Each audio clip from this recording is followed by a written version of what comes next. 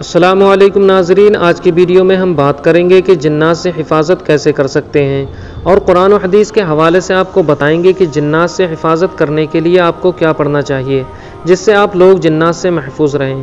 اس لیے دوستو اس ویڈیو کو لاسٹ تک ضرور دیکھیں، اور ویڈیو پسند آئے تو چینل کو سبسکرائب ضرور کر لیں اور برابر میں بیل آئیکن کو بھی ضرور دبا دیں تاکہ ہماری ہر آنے والی ویڈیو کی نوٹیفیکیشن آپ کو سب سے پہلے ملتی رہے۔ ناظرین اکرام، قرآن و حدیث کی روشنی میں پوری امت مسلمہ کا اتفاق ہے کہ انسانوں کی طرح جنات بھی اللہ تعالیٰ کی ایک مخلوق ہے۔ عمومی طور پر شیطان جنات کی نسل سے ہوتے ہیں، اس لیے متعدد جگہوں پر شیطان کا لفظ استعمال ہوتا ہے اور وہاں جنات مراد ہوتے ہیں۔ قرآن کریم میں 20 سے زیادہ مقامات پر جنات کا تذکرہ آیا ہے۔ ایک سورہ الجن کے نام سے بھی قرآن کریم میں موجود ہے۔ اللہ رب العزت ارشاد فرماتا ہے، اے پیغمبر یاد کرو جب ہم نے جنات میں سے ایک گروہ کو تمہاری طرف متوجہ کیا کہ وہ قرآن سنیں۔ ایک اور جگہ ارشاد ہوتا ہے، اے جنات اور انسانوں کے گروہ، کیا تمہارے پاس تم ہی میں پیغمبر نہیں آئے جو میری آیتیں تم کو پڑھ کر سناتے تھے اور تم کو اسی دن کا سامنا کرنے سے خبردار کرتے تھے جو آج تمہارے سامنے ہے۔ تمام انسان و جنوں کے نبی صلی اللہ علیہ وسلم نے بھی اپنی تعلیمات میں اللہ کی مخلوق جن کا کئی بار ذکر فرمایا ہے۔ صحابی رسول حضرت عبداللہ بن مسعود رضی اللہ تعالی عنہ فرماتے ہیں کہ ایک رات صلی اللہ علیہ وسلم ہم سے اچانک غائب ہو گئے، چنانچہ ہم انہیں وادیوں اور گھاٹیوں میں تلاش کرنے لگے اور آپس میں ہم نے کہا کہ شاید آپ صلی اللہ علیہ وسلم کو اغوا کر لیا گیا ہے یا قتل کر دیا گیا ہے۔ ہماری وہ رات انتہائی پریشانی کے عالم میں گزری۔ صبح ہوئی تو ہم نے آپ صلی اللہ علیہ وسلم کو غار حرا کی جانب سے آتے ہوئے دیکھا۔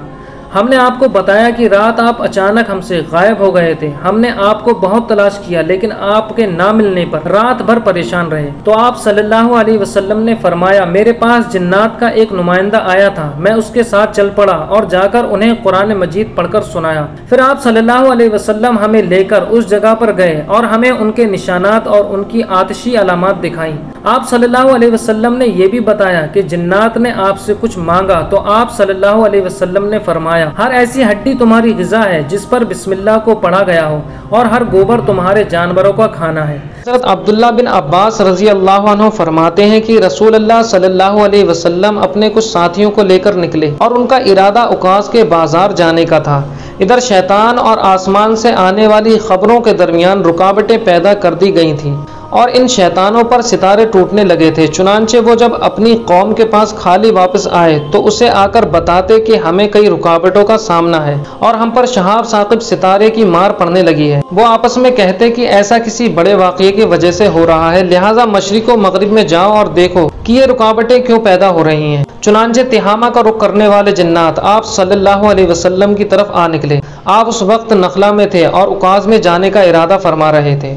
آپ صلی اللہ علیہ وسلم نے فجر کی نماز پڑھائی۔ ان جنات کے کانوں میں قرآن کی آواز پڑی تو وہ اسے غور سے سننے لگے اور کہنے لگے، اللہ کی قسم یہی وہ چیز ہے جو ہمیں آسمان کی خبریں سننے سے روک رہی ہے۔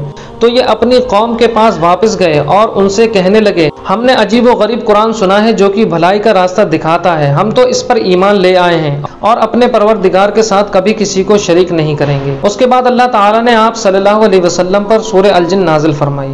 حضرت عائشہ رضی اللہ عنہ فرماتی ہیں کہ رسول اللہ صلی اللہ علیہ وسلم نے ارشاد فرمایا کہ فرشتوں کو نور سے، جنوں کو آگ کے شعلوں سے اور آدم کو اس چیز سے پیدا کیا جو کہ تمہارے لیے بیان کر دی گئی ہے۔ ناظرین اکرام، کیا جنات انسان کے جسم میں داخل ہو جاتے ہیں؟ قرآن و حدیث کی روشنی میں امت مسلمہ کا اتفاق ہے کہ اللہ تعالیٰ نے اس دنیاوی نظام کو چلانے کے لیے جناتوں سے انسانوں کی حفاظت کا انتظام کر رکھا ہے، اور انسان کے اشرف المخلوقات ہونے کی وجہ سے مجموعی طور پر انسان ہی جنات پر فوقیت رکھتے ہیں۔ مثلاً شیر اور سانپ جیسے جانوروں سے انسان بہت زیادہ ڈرتا ہے اور خطرناک جانور انسان کو کھا بھی جاتے ہیں، لیکن مجموعی طور پر انسان ہی تمام جانوروں حتیٰ کہ شیر اور سانپ جیسے خطرناک جانوروں پر حاوی ہے۔ لیکن کبھی کبھی جن انسانوں کے جسم میں داخل ہو جاتا ہے، اگرچہ ایسے واقعات بہت کم ہوتے ہیں۔ اس زمانے میں کچھ لوگوں نے جنات کو اتارنے اور جادو کے توڑ کے لیے اپنی اپنی دکانیں کھول رکھی ہیں۔ ان میں سے بیشتر لوگ ڈھونگی ہوتے ہیں، نہ وہ جنات اتارنا جانتے ہیں اور نہ ہی ان کے قبضے میں کوئی جن ہوتا ہے۔ یہ لوگ خاص کر خواتین کو بیوقوف بنا کر پیسہ ٹھگتے ہیں۔